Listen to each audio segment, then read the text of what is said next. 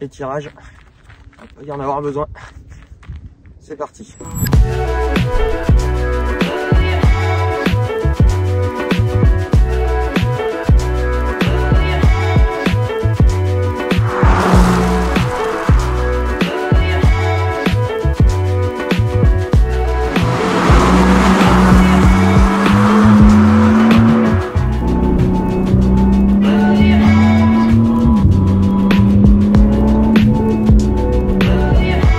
Salut à tous les amis, j'espère que vous allez bien. Bienvenue pour un nouvel essai. Aujourd'hui, un essai un peu exceptionnel.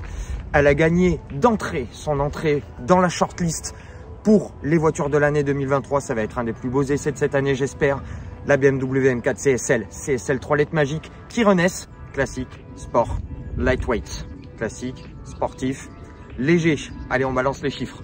1000 unités sur la planète, 29 uniquement. En France, moins 100 kg grâce à des roues plus légères, à du carbone partout, lame avant, capot avant, malle arrière, le toit et les baquets allégés. Encore plus 40 chevaux pour un total de 550 officiellement, 650 Nm. Ces chiffres-là, on va en reparler très vite, vous allez voir. Et 1625 kg d'annoncés. Dans la réalité, on est plus à 1,7 tonne. Les perfs annoncés, 3 secondes 7 de 0 à 100, 10 secondes 5 de 0 à 200 et 307 km/h en pointe. C'est pas tout, les perfs c'est quelque chose, mais on a aussi un châssis ultra affûté et un comportement moteur qui est légèrement changé par rapport à une M4 compétition classique. Mais on va commencer par le look. Alors, on a quelque chose quand même. BMW, pour la réapparition de la CSL, je le rappelle, c'est apparu dans les années 70 avec la E9, la première 3 litres. CSL, c'est réapparu quasi 30 ans plus tard avec la M3 E46, la E46 CSL en 2003 et 20 ans plus tard, nous voici avec la M4 CSL. BMW marque le coup et lui offre un look assez dantesque. Ici, on a le Frozen Brooklyn Grey, gris en satiné, en mat, mais elle est aussi disponible en Alpine Weiss, donc le blanc, et en Saphir Schwartz. Le noir, les 3 couleurs uniquement disponibles sur cette M4 CSL. Jantes noires pour tout le monde et des liserés rouges qui vont un petit peu partout sur la carrosserie. Le capot à l'avant qui encadre le carbone à l'extérieur de ce capot. Pardon pour le vent. Les liserés sur les bas de caisse. La lame avant proéminente, vraiment beaucoup plus large que la carrosserie. Les jupes latérales spécifiques. Une malle spécifique également avec le ducktail, ça c'est beau. Le diffuseur assez monstrueux en carbone qui renferme la quadruple sortie, signature de M, et le silencieux en titane qui équipe de série cette M4 CSL qui est censée libérer un petit peu la sonorité, ça on va en reparler. On a également ici les logos Motorsport qui sont là pour fêter les 50 ans de BMW M et qui sont disponibles qu'en 2022 sur les voitures neuves.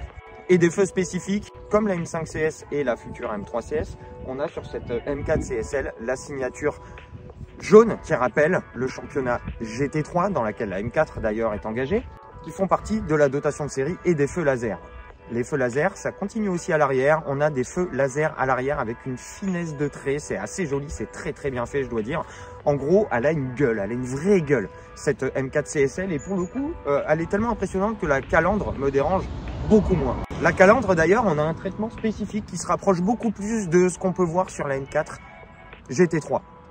La boucle est bouclée. On se retrouve avec une auto qui est quand même assez imposante. On n'est plus sur les E30, E36, E46. On a une auto qui grandit énormément, mais elle a quand même énormément de présence. On a des arches gonflées, on a des roues proéminentes. Ici, on est monté en 19 pouces à l'avant, 275 de large et 285 par 20 à l'arrière avec des jantes allégées et le système carbone céramique avec des étriers rouges ici qui est de série sur cette M4 CSL. Le traitement extérieur, dites-moi ce que vous en pensez en commentaire. Moi, je suis pas le plus grand fan du monde de la nouvelle M4 en termes de style purement et simplement. Mais je dois avouer que ce traitement CSL, à défaut d'être superbe pour moi, il en impose énormément. Il suffit de voir le nombre de pouces levés qu'on a sur la route et les gens qui regardent la voiture, même la police nationale hier, prenaient des vidéos de la voiture en me doublant. Sur l'autoroute, c'était très rigolo. Et ce traitement spécifique, il ne s'arrête pas à l'extérieur. À l'intérieur, on a énormément de changements. Je vous y emmène. Go.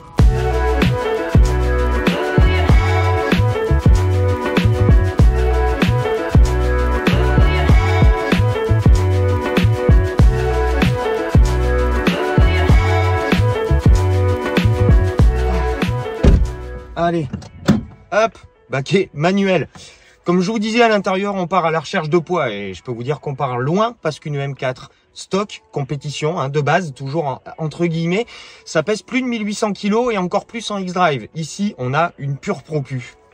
Et pour la chasse au kilo, on a du carbone partout. Ici, carbone sur toute la console centrale, plus d'accoudoir. Ici, juste le petit repose-main pour le iDrive badgé CSL, s'il vous plaît. On a le premier truc qui choque quand on rentre dans cette auto, c'est baquets intégraux, fixes, entièrement en carbone. Et donc, comme ils sont fixes, on a vraiment cette position de conduite qui est vraiment droite. C'est une position circuit pour la route, les amis. C'est voilà, si je me mets bien, voilà. Donc, on a ces baquets qui sont ultra enveloppants. C'est-à-dire qu'en termes de maintien, pour ma corpulence à moi, donc je suis très fin, ils sont parfaits. C'est-à-dire qu'on est vraiment engoncé. Dans l'auto, on fait corps avec la voiture. Ils sont pas réglables en hauteur ni en inclinaison. Ça, il faudra le faire au garage ou à l'atelier avec les plaques que vous avez ici. On a vraiment de sièges de course globalement qui sont faits pour recevoir des harnais multipoints. L'ergot pour avoir l'attache 6 points et le pad sur l'appui-tête arrière pour avoir plus de place pour votre casque. Beaucoup moins d'insonorisation, ça on va en reparler sur la route. On a un joli volant en Alcantara avec un très très beau traitement, le point milieu marqué en rouge ici. On n'a pas la sono Harman Kardon, etc. On a juste la sono de base et on a la suppression totale de la banquette arrière et d'une bonne partie des insonorisants à l'arrière pour gagner 21 kg. Et vous avez à la place un filet et 2 petits creusages pour mettre vos casques. Le coffre en carbone, lui, renferme le même coffre que la M4, à savoir un petit peu plus de 400 litres. Donc pas mal pour les road trips direction le circuit, mais ça va être compliqué quand même, ça on va en reparler sur la route. Les boutons M1 et M2 qui sont là, configurables, je vais pas vous refaire tout l'article. On est sur une auto faite, c'est une voiture pour la course. Ça c'est sûr, c'est une voiture de course. En gros, on n'a aucun mal, quand le siège est réglé pour vous, à trouver une très bonne position de conduite. Moi, j'ai ma bonne position de conduite pour pouvoir rouler fort. En revanche, complicado. On a le régulateur, tout simple, il n'est pas adaptatif, on n'a pas le maintien dans la voie, c'est juste un régulateur de base, sinon c'est du poids en plus. On a évidemment le iDrive qui est reconduit pour pouvoir jouer avec le menu M, programmation des touches M1, M2, le Drift Analyzer comme d'habitude pour ceux qui veulent faire le concours de celui qui fait le plus gros drift ou le plus gros angle, les raccourcis MDM, etc. pour le menu MDM qui, on le sait, marche extrêmement bien chez BMW et le M-Mode qui va vous simplifier le compteur et pouvoir vous concentrer sur l'essentiel, vitesse et régime et surtout pression des pneus. Vous pouvez avoir léger latéraux, tous ces gadgets, etc. Et vous avez en termes de gadgets également donc les 10 positions du contrôle de traction et de l'ESP qui vont justement pouvoir vous permettre de gérer sur certains niveaux l'angle de votre dérive et sur d'autres niveaux une très légère dérive pour pouvoir garder de l'efficacité tout en restant quand même un petit peu en sécurité parce que je dois vous dire que cette caisse est totalement bestiale. On démarre le 6 en ligne, l'échappement de titane fait un bruit un petit peu plus rauque et beaucoup plus fort qu'une M4 normale. On prend la route, c'est parti.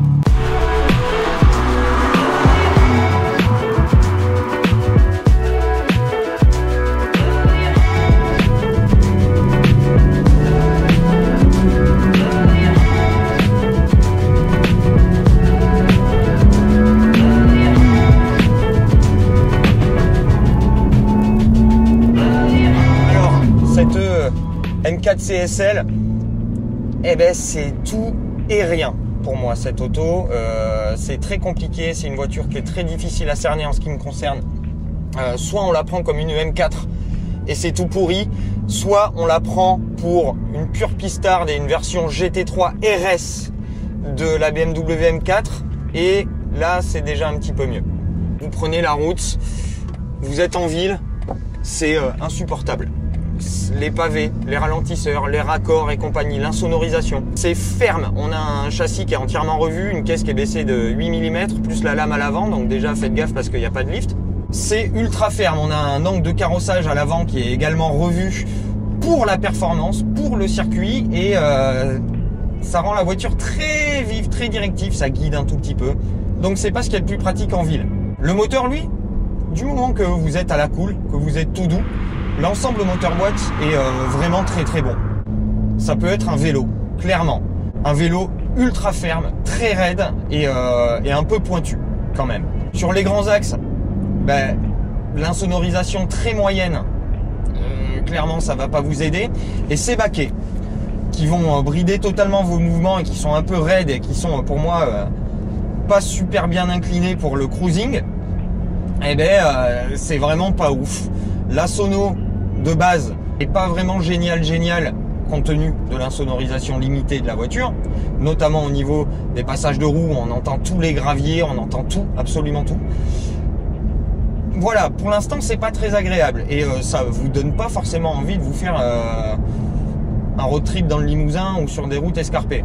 Après, vous sortez des grands axes, vous arrivez sur des routes, si elles sont défoncées, on va avoir une voiture qui va très sauter, quel que soit le mode. C'est-à-dire que même en confort, elle est déjà ferme. C'est pas en confort, c'est pas horrible, mais en sport, ça devient bien ferme. Et en sport plus, faut pas. Sur la route, il faut pas, à part si vous avez un vrai billard de circuit, quoi. Et vous avez ce moteur qui est une pure furie quand vous commencez à lui rentrer dedans. Là, regardez, je suis à 1500 tours. Wow, ça arrache tout. Ça arrache tout et ça c'était 30% de pédale. Et je suis en mode auto. Le couple maxi de 650 Nm, il y en a plus, je vous le dis, borne rugueuse. Je suis en efficient, hein. Je suis en mode confort partout.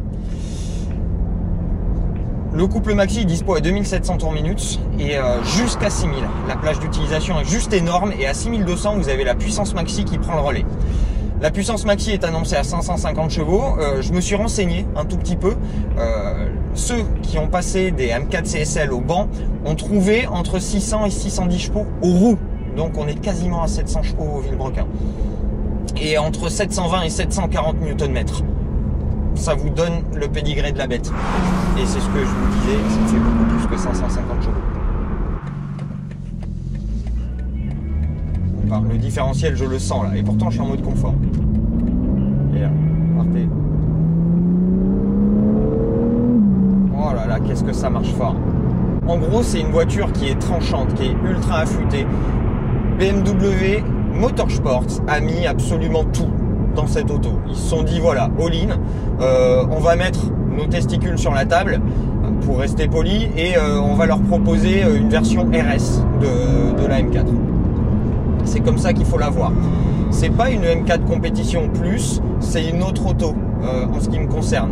On est vraiment sur une auto qui est une pistarde. Cette voiture allonge comme un Atmo qui prend 9000 tours avec la force d'une Bugatti Veyron. C'est peut-être le meilleur 6 cylindres du monde aujourd'hui. Sur la route, il vaudra mieux être très propre, très scolaire, avec des prises de gaz, des remises et des mises en vitesse très très fines. Voilà. Et des impulsions extrêmement fines sur la direction qui est ultra sensible. BMW a enlevé tout ce qui faisait la polyvalence d'une M4 normale, compétition, hein, et l'a rendu vraiment radical cette auto.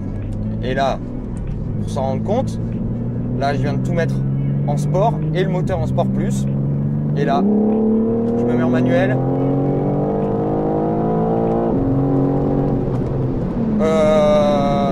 Voilà, j'étais à une vitesse qui pouvait m'envoyer en prison sur autoroute, comme ça, avec l'ESP qui clignote. Pour vous dire le truc, la violence de ce moteur.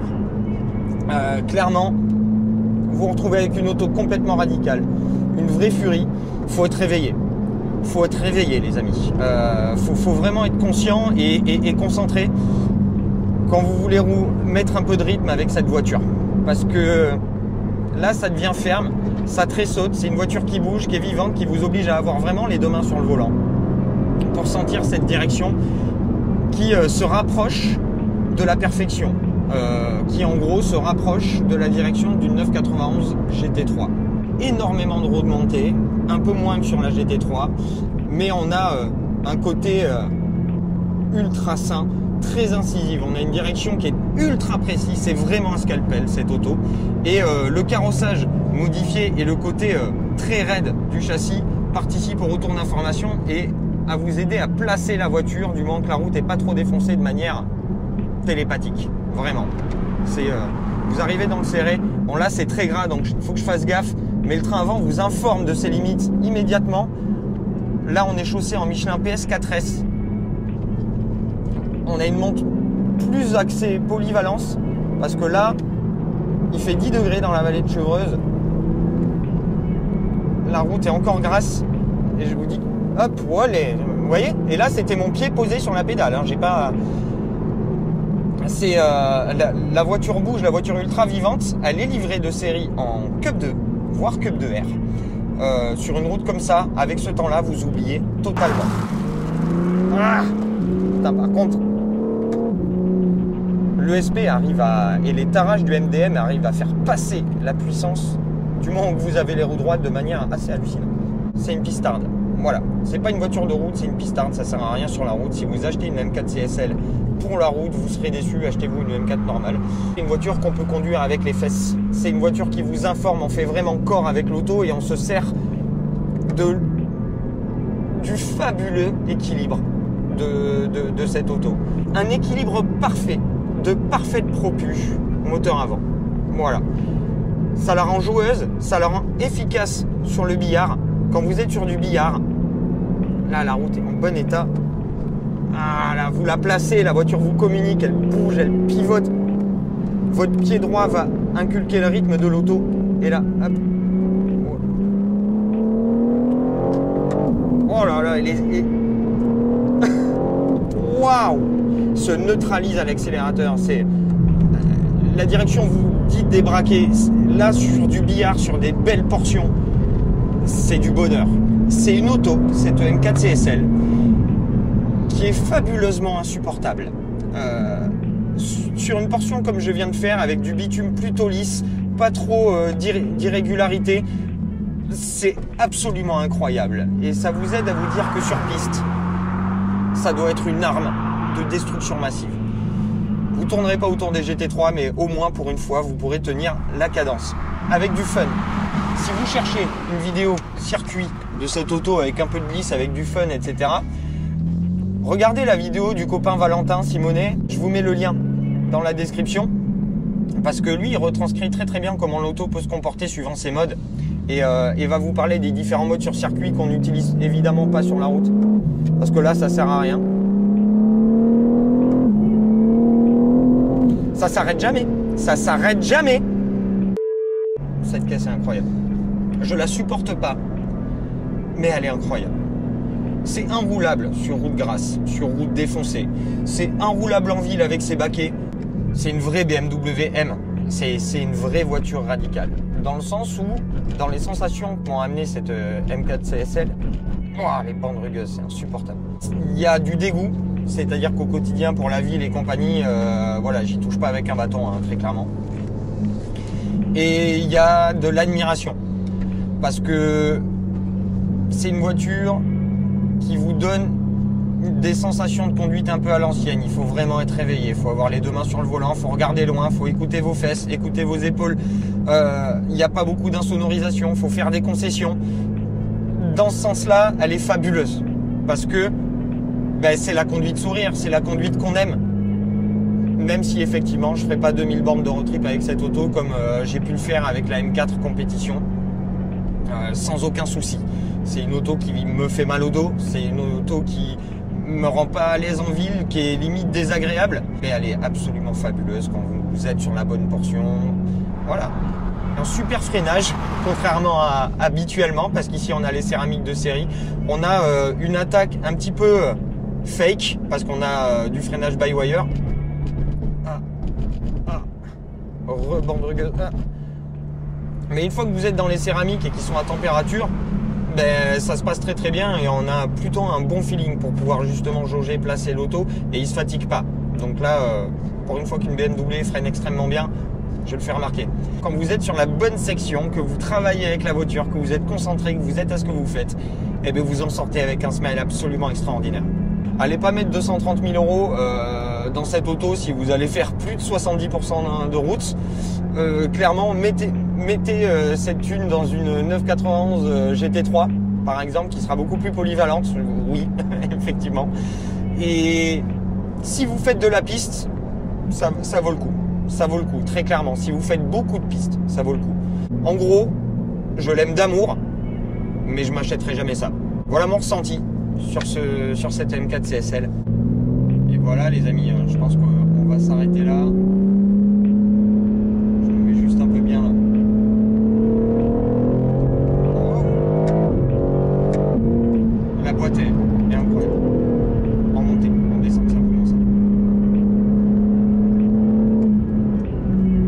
Oh là là, elle se neutralise, lâcher, dégressif, débraqué, ça repart. Oh, c'est exceptionnel sur cette section. Ici c'est du billard, donc vous pouvez y aller. Mais... voilà. Wow. Allez, on va se quitter ici les amis. Je prends beaucoup trop de kiff, il faut que je me calme. C'est une voiture qui vous demande de l'humilité.